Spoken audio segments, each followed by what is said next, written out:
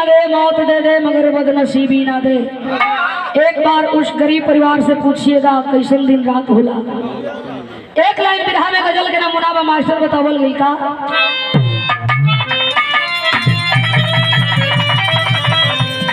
बाजार तो बहुत बा लेकिन वो बाजार बाजार नहीं है। कौन बाजार? अरे जहाया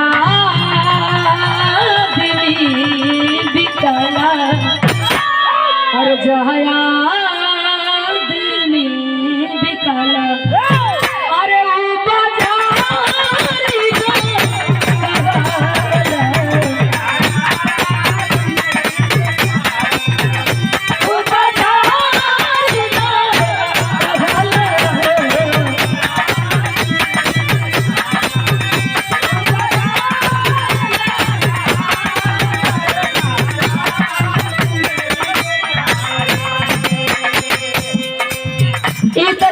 लेकिन थोड़ा ध्यान दे जा, कभी बड़ी सुंदर लाइन लिखल है। अरे चली ना संभली संभली के, चली ना संभली संभली के, अरे जीवन को क्या ठिकाना है,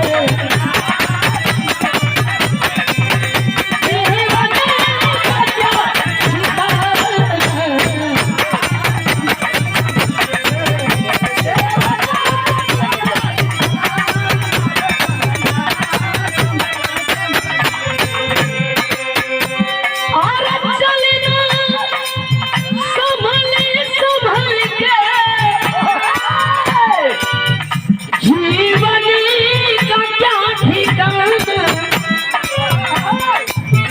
जिसकी कोई न मंजिल, जिसकी कोई न मंजिल, उसी राह पे न जाना है, उसी राह पे न जाना है।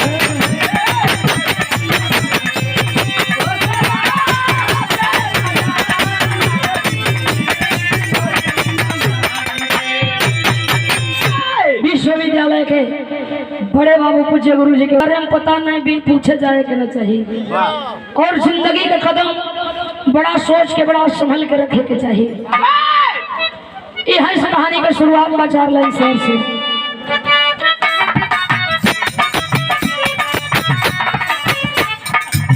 गरीब मजदूरों की आपने कहानी सुना,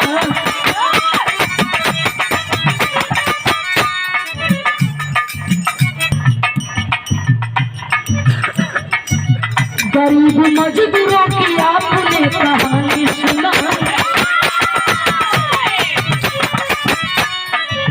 गायक सब गायक गीत उनके ही जुबानी सुना, सत्य घटना जिला जलौन की सुनाती हूँ। 2020 में घटी है मैं बताती हूँ। रहा मनोहर राम रिक्शा जो चलाता था, उसी सहारे बीबी बच्चों को खिलाता था।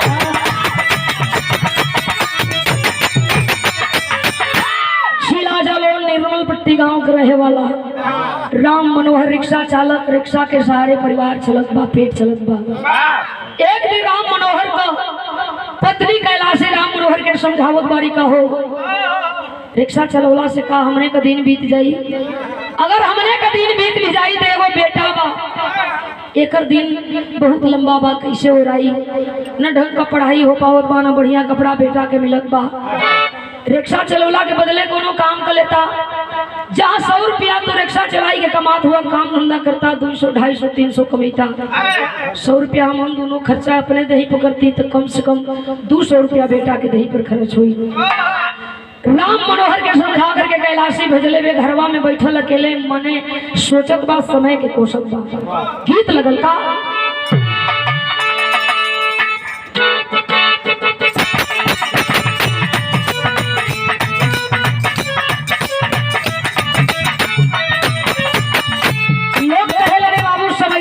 नाच नचावे समय हो बलवान समय जवन चाहेला करावेला। कैलाशी सोचत का बा का कोई हाल मो का कोई हाल मो समय कसबिनिया के कसबिनिया के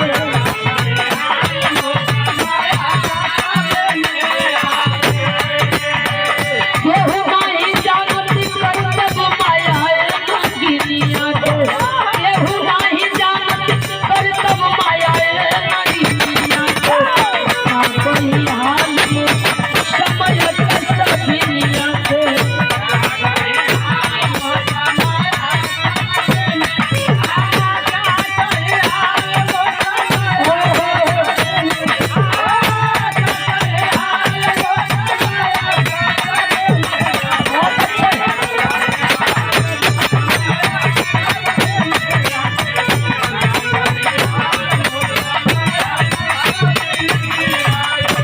घरी पोकत रगली कैलाशी मांगत मनवा घरी पोकत रगली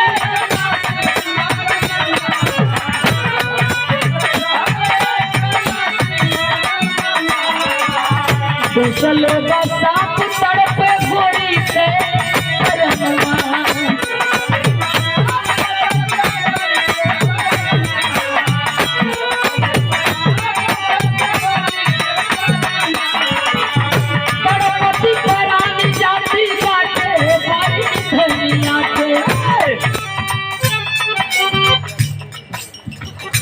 और स्वर्गीय बाबूजी आप हम कौना रूप में कहाँ भेटा जाई केहू के पता नहीं बाकी मौत कब कौना रूप में सामने आ जाई। कैलाशी का मौत सांप के रूप में घर में बैठल बा घर कर सफाई कैलाशी करत बा मने सोचत बा समय किस्मत के कोसत बा काल के रूप में बैठा सांप कैलाशी के उंगली में डंक मरला है और जब डंक मरले बाबू कैलाशी हाथ पकड़ के घर से बाहर हो गई आंख में आंसू बार रोवत बा बसले बा सांप तड़पे गोरी के बनवा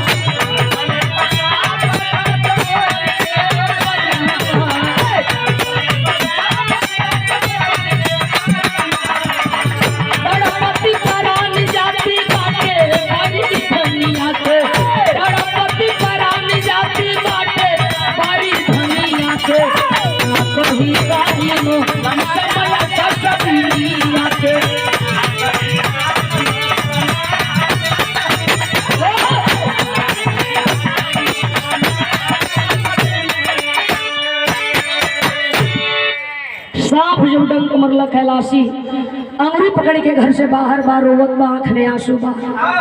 मासूम नौनिहाल 5 वर्ष का बेटा राजेश खाट पर बैठल माई से सवाल कैला पूछत बा कहो माई कहीं ऐसा बनाना कि तो कहीं कट गई कहीं ऐसा बनाना कि तो घाव लग गई काहे रोवत बाड़ू का भई कैलाशी रोवे बेटवा के समझावे कहे बेटा हमके सांप काट लेला पता न मालिक का लिखले उन नसीब में लागत बा कि अब हम नहीं बचब शरीर भारी हो जात बा चक्कर आवत बा एक काम करा तनी गंगा में कोई होखे चाचा दादा बुलाई लिया बा लोग ले जाए के हमके हॉस्पिटल में एडमिट कर देतन तोहर बाबू वहीन फिर इलाज दर्पण होई। राजेश गई गांव में हाथ जोड़त बा चाचा दादा जही मिलत बा चिरौरी करत बा माई के सांप कट ले बा हॉस्पिटल माई के पहुंचावे के बाद यही के कहल जला बाबू गरीबी बात सुन करके लोग गांव के जितनी हुन सुना करत हुन लोगन के लगत बा कि कैलाशी के दवाई में अगर 10,000 2,000 5,000 खर्च हो जाई तरे रही अगर दुनिया में वापस भगवान भेज दिलन तो ठीक बा नहीं अगर भगवान के मंजूर नहीं हुई देख हमारी बात याद रखिया कबू बाबू के परेशान मत करिया जीवन बाबू का यहाँ करिया जीवन खियन खइहा जीवन पहिरन पहिर लिहा समझा के माई बेटवा के भेजत बा का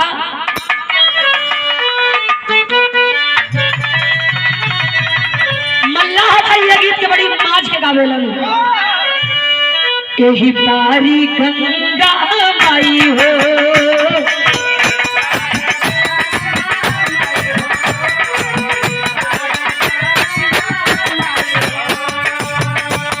वही पारी जमुना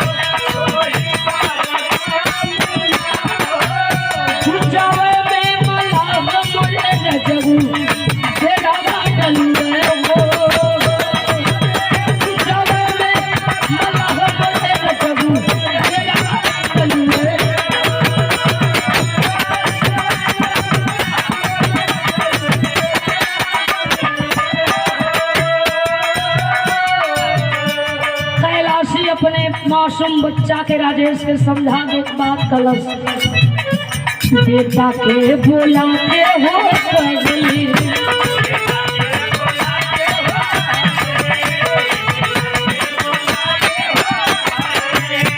गरबा लगाते हो पगली,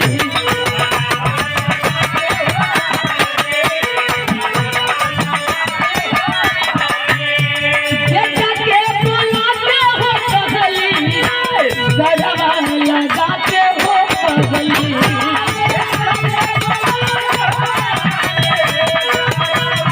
लगाते हो पगली।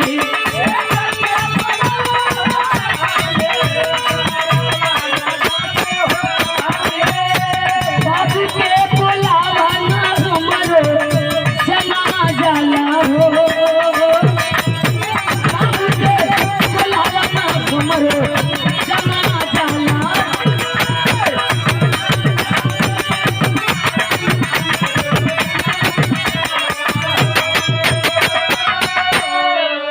राजेश नौनिहाल मासूम बच्चा राजेश रास्ता बाजार का पकड़ के दौड़े लगल बाबू के बुलावे खातिर।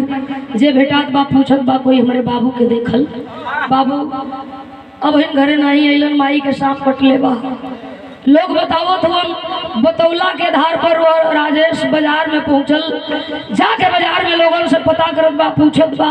कुछ लोग बतावल बाबू तनी और आगे चल जा, पान का दुकान हुई तो हर बाबू वजन 1 घंटा का दिन बितावेलन, हो ना हो कि वही बैठल हुई। जा करके राजेश देखत बा बाबू का रिक्शा, लेकिन बाबू नहीं हुवन। दिन भर इंतजार किया, शाम का बेरा हो गई। सोच गई कि बाबू बुझात बा कि गरीबी से तंग आके भाग गई। कमैला के दुखन हमना के खियौला के दुखन बाबू हमने के माई बेटा के छोड़ के भाग गई। राजेश उदास मन होकर के आंख में आंसू लेके घरे वापस आई कि चली माई से कही दे कि बाबू नहीं मिलल। घरे आई लो देखो तो माई के शरीर नीला पड़ल बा, मुँहे से झाँक आवत बा।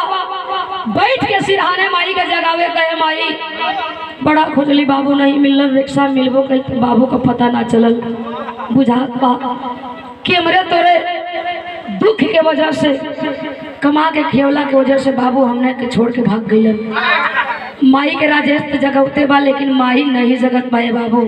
माई ये दुनिया में नहीं बड़ी, माई ये दुनिया के छोड़ के चल बसली हो। सबेर का बेला राजेश अइलन हो, राम मनोहर अइलन हो, रिक्शा के घंटे मारत हो।